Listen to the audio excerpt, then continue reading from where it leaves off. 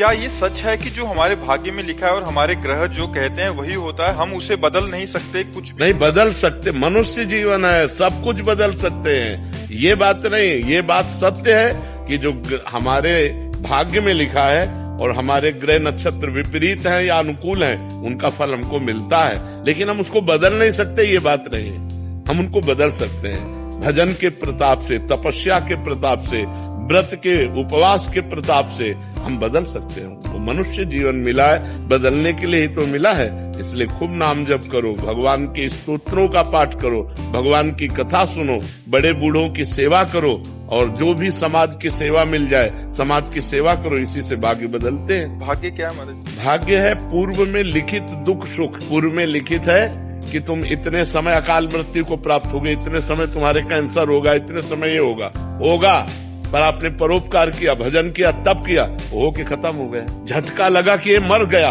वो बच गया। वो बचाने वाला है, वो कहाँ से कैसे क्या विधान बनाता है, वो बहुत बड़ा खिलाड़ी है, बहुत बड़ा खिलाड़ी। उसी की शरण में हो जाओ, नाम जप करो, भाग्य बदल जाएगा। जीवन में ऐसे भी पाप होते हैं जिनकी माफी होती ही नहीं, फिर चाहे कितना भी हृदय में पछतावा हो, कितने भी माफी मांगो? नहीं, कोई ऐसा पाप नहीं है। नाम संकीर्तनम यस्य सर्व पाप प्रणाशनम। उन परम करुणा में भगवान श्री हरि को प्रणाम करना, उनका नाम कीर्तन करना, ये सब पापों का नाश कर देता है। हाँ, अब ये बात समझनी पड़ेगी कि जैसे पूर्व जन्म में पाप हमारे हुए और उन पापों के परिणाम में शरीर बना, तो अब हम चाहे जितना भजन करें, जो शरीर को भोग लिखा है वो भोगना पड़ेगा। पूर्व के पाप नष्ट हो जाएंगे, लेकिन जिस कर्म से शरीर की रचना हुई है, जिस समय शरीर बनाया गया था उस समय थोड़ी हम भजन कर रहे थे। शरीर बनाने के समय तो पाप और पुण्य दोनों कर्मों से शरीर बना। आज हम भजन कर रहे हैं, अभी आगे हमें फलीभूत देगा, लेकिन पीछे के कर्मों से जो शरीर बना वो भोगना पड़ेगा। और अन्य पीछे के जो संचित कर्म है वो सब भस्म हो जाते हैं। भगवान के नाम में इतनी सामर्थ्य है, कोई ऐसा पाप नहीं है जिसको नष्ट ना किया जा सके। पर अबलो न सानी अब ना न सही हो, आज तक पाप किया अब नहीं करूंगा तो नष्ट हो जाएंगे। अब आज भी पाप करो और सोचो नाम जब से नष्ट हो जाएंगे, तब तो फिर नामापराध बन गया, और इस नामापराध नाम के बल से पाप करना, फिर तो नरक जाना पड़ेगा, फिर दुख भोगना पड़ेगा। मर्जी, यदि कोई जीवन भर पाप करके अंत समय में हरि नाम जपे तो क्या उसे ऐसा कैसे हो सकता है? अजामिल को संतों ने कृपा करके बेटे का नाम रखवाया था, क्योंकि जीवन भर पाप किया है, तो अंत में भोगने के लिए भगवान का नाम कैसे आ जाएगा? उसको भोगने के लिए वही पाप कर्म उसके सामने आ जाएंगे। हाँ, किसी महापुरुष की कृपा हो गई तो बात अलग है। जीवन में कभी पिस्तौल नहीं चलाई, बुढ़ापे में पिस्तौल चला लोगे? ऐसे ही आपने हरिनाम चलाने का अभ्यास नहीं किया तो अंतिम समय में कैसे याद आ जाए भगवान का नाम?